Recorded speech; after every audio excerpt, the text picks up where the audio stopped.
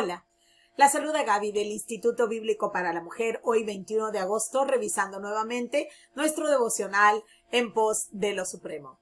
El título de hoy es El ministerio de los no conocidos, nuestra cita Mateo 5, versículo 3, donde Jesucristo nos dice, bienaventurados los pobres en espíritu. Oremos.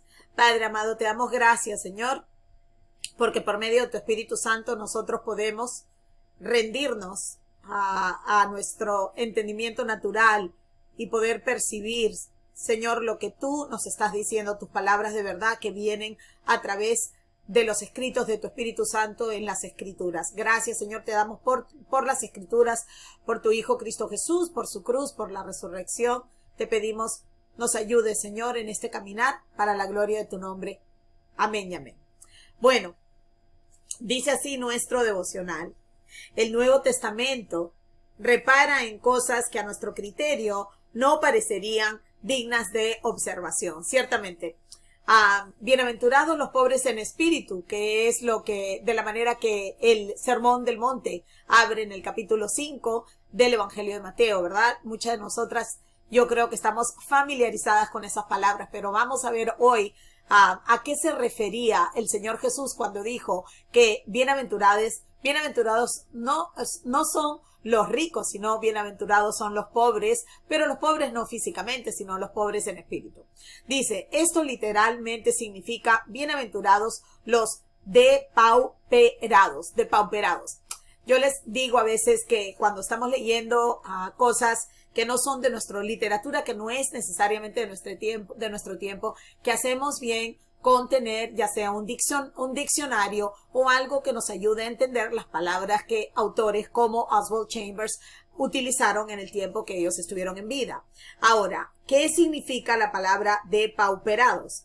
Bueno, dice aquí, los depauperados son muy frecuentes. Bueno, depauperados significa simplemente pobres o débiles o lo opuesto a comparación de lo que nosotros hoy día llamaríamos ser fuerte por dentro. Esto es más bien una persona que es débil y el Señor Jesucristo dice que bienaventurados son aquellas personas que entienden y reconocen que son más bien débiles, que son pobres, que necesitan de algo, que necesitan de alguien. Entonces dice, los depauperados son muy frecuentes, es decir, hay muchos de ellos. Dice, la predicación de hoy en día tiende a destacar a la fuerza de voluntad de la persona o la hermosura de su carácter. Es decir, la predicación que hoy suele ser muy popular está más bien tratando de alentarnos a que creamos en nosotros mismos, está tratando de alentarnos a que nosotros mismos somos, pero en realidad esto se va en contra de lo que la palabra nos dice o lo que Jesucristo nos estaba comunicando a través de este bello sermón. Entonces, dice, como la predicación de hoy, como les estaba diciendo, ¿verdad? Tiende a destacar, tiende a promover la fuerza de la voluntad de la persona, ¿ok?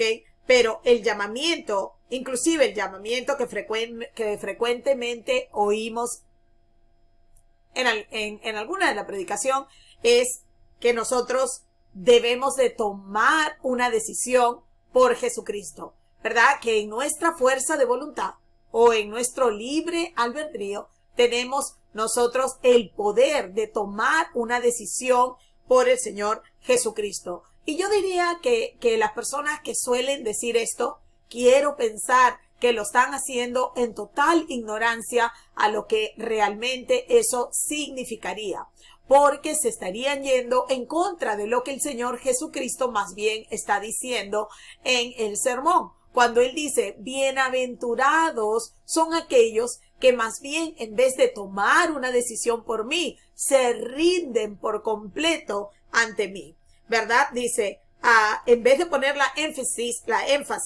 el énfasis en algo que nosotros podemos hacer o en algo como si el Señor hubiese confiado en que nosotros pudiéramos tomar esta decisión por Él, Él dice, Él nos pide más bien que nosotros nos rindamos y nosotros aceptemos que nada podemos hacer separados de Él. Dice, el núcleo básico del reino de Jesucristo está formado por gente de lo más vulgar y de lo más común. ¿A qué se refiere el hermano? Lo primero que se me viene a la mente cuando hago esto y espero cuando vi esto. Y espero que ustedes tengan la misma disciplina, al menos que tengan una mejor que la mía y me puedan compartir cuál es. Pero que cuando algo, el hermano dice algo así, que inmediatamente si se viene algún versículo o alguna porción de versículos a la mente, que vayan directamente a su Biblia y que confirmen lo que el Espíritu Santo está trayendo aquí. ¿A qué se refiere el hermano cuando nos está tratando de ayudar a entender que si Jesucristo está diciendo bienaventurados o bendecidos son aquellos que son pobres en espíritu, aquellos que saben que están completamente destituidos de la gloria de Dios y aquellos que aceptan más rendirse que tomar una decisión por el Señor? Y Él nos dice, fíjense que el Señor está escogiendo del mundo lo más vil, está escogiendo del mundo personas que en realidad no tienen fuerza de voluntad, personas que no son inteligentes, personas, nada es eso, que no son aquellos que el Señor considera bendecidos. Más bien, miren lo que dice aquí el apóstol Pablo en la primera carta a los Corintios que tenemos aquí, al menos capítulo 1, versículo 26. Ahí él va a explicar en realidad a qué se refiere cuando dice pobres en espíritus. Dice, pues mirad, hermanos, vuestra vocación o vuestro llamado, ¿verdad? Que no sois muchos sabios según la carne, según la naturaleza, ni muchos poderosos, ni muchos nobles, sino que lo necio del mundo escogió Dios, ¿para qué? Para avergonzar a los sabios. Y lo débil del mundo escogió Dios, ¿para qué? Para avergonzar a lo fuerte, y lo vil del mundo y lo menospreciado escogió Dios, y lo que no es, para deshacer lo que es, a fin de que nadie se jacte en su presencia, ni siquiera se jacte de haber tomado una decisión por él, más bien de que Dios en su misericordia, al abrir el ojo del pecador, al pecador no le queda más, que lo hemos visto en otros lugares de la Biblia, de caer hacia adelante como en una postura de rendición, en una postura de que ves a la santidad de Dios y simplemente en vez de caerte para atrás como algunas personas sugieren, más bien te caes hacia adelante, como lo hizo, por ejemplo, el profeta Isaías en el capítulo 6 de Isaías, o como vemos a Moisés postrándose con Aarón hacia adelante cuando Dios se manifiesta su presencia, ¿verdad? Entonces dice, lo vil del mundo y lo menospreciado escogió Dios, y lo que no es, para deshacer lo que es, a fin de que nadie se jacte en su presencia. Mas por él estáis vosotros en Jesucristo, el cual nos ha sido hecho por Dios sabiduría, justificación, santificación y redención, para que, como está escrito, el que se gloríe, gloríese en el Señor. Y esto también me recuerda a otro versículo favorito que lo encontramos en el capítulo 9 de Jeremías, en el versículo 23, donde dice, si alguien ha de gloriarse algo, que no se gloríe el rico en su riqueza, que no se gloríe el inteligente en su inteligencia, que no se gloríe el que tiene bastante dinero en nada, que no se gloríe el que tiene tantos dones en nada, porque ¿qué tenemos nosotros que no ha venido directamente del Señor? Pero si en algo quieres jactarte, si en algo quieres glorificarte, glorifícate y da la gloria de que conoces al Señor y que el Señor te conoce a ti personalmente. Así que nuevamente, por eso es que el Señor Jesús nos dice, bienaventurados los pobres, bienaventurados los no conocidos, bienaventurados los que reconocen que en realidad han sido elegidos por gracia mediante la fe, nada que hayan hecho, ni siquiera tomar una decisión, sino que Dios en su misericordia saca del mundo a ese pecador vil, para que ese pecador pueda realmente hablar y compartir de las glorias del Señor. Entonces dice, como dice, el núcleo básico del reino de Jesucristo, otra vez, está formado por gente de lo más vulgar y común. Y ya vimos en 1 Corintios, capítulo 1, a qué se refiere el hermano, trayendo una verdad que el apóstol Pablo nos compartió. Dice, Mi pobreza es mi bendición, mi pobreza espiritual. Es decir, saber que no soy nadie, saber que no era más que polvo y que si acaso como hijo rebelde, como persona rebelde que había nacido en la naturaleza de Adán, no tenía pero ni cómo reclamarle a Dios que se fijara en mí en lo absoluto. Y en esta pobreza, cuando Dios fue mostrándome que yo no era nada ni nadie, fue ahí cuando finalmente pude entrar al reino de Dios. Es decir, que se me abrieron los ojos y el Padre reveló quién era el Hijo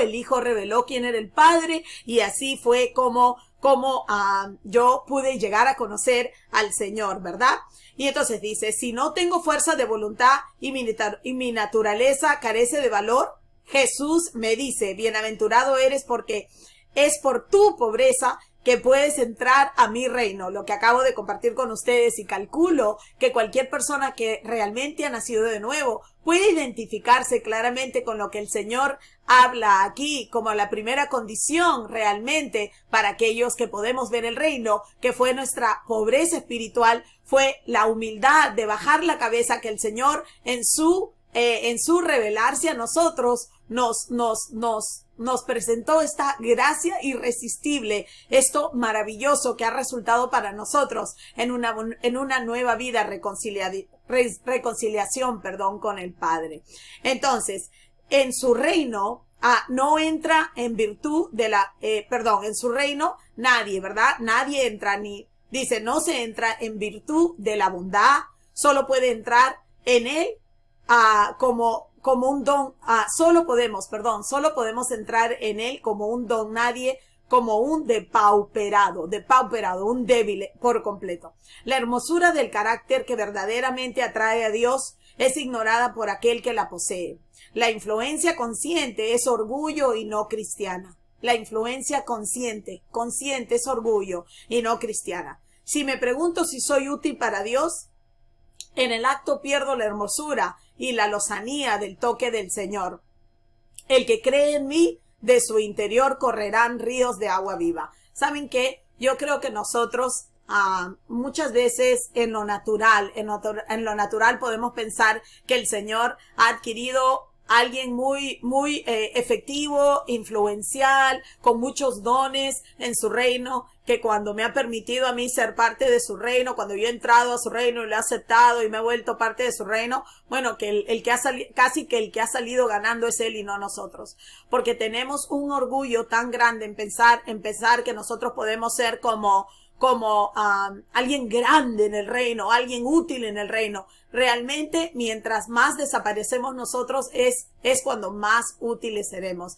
Realmente, cuando más aceptemos nuestra debilidad, es cuando más útiles seremos. Porque al Señor le place a utilizar herramientas débiles para que su poder se manifieste. Recordemos cuando Pablo dijo, yo me gozo en mis debilidades, ¿verdad? Todo lo que yo paso, todo lo que tengo que sufrir, me gozo en eso simplemente para que Cristo sea revelado en mí, para que ya no parezca como que yo entré al reino por las leyes, como él era un fariseo y todo lo contó como basura. Todo lo que él había tenido, la ley de Moisés, que para él había sido un medio y una herramienta para su salvación, él contaba todo. Contaba su linaje, contaba la circuncisión en el momento exacto, todo lo que él había hecho pensando que esto lo justificaba delante del Señor, él lo contaba por basura, por el privilegio de conocer a Cristo y Cristo